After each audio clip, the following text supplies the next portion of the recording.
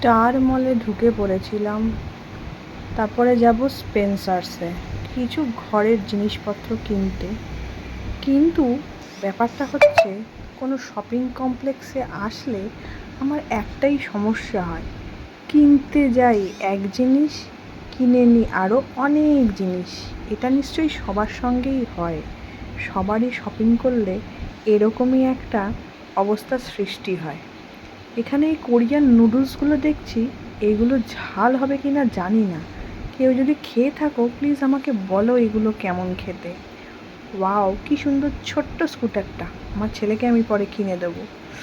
আর এখানে তো জামা কাপড় দেখলাম ম্যাক্সে ঢুকে, কি সুন্দর লাগছে। কিন্তু আজ আর কোনো জামা কাপড় আমি নেব না।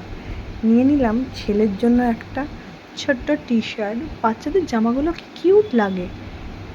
এখানে ছেলের জন্য একটা পুতুল কিনলাম, যদিও ও এখন কিছুই বোঝে না, কেনা হলো আমারই জন্য। ওয়েট করছিলাম, র্যাপিডো বুক করেছি, তাড়াতাড়ি করে ফিরতে হবে, অনেক দেরি হয়ে গেছে। ছেলেটাও একা আছে, পরে দেখা হচ্ছে, টাটা।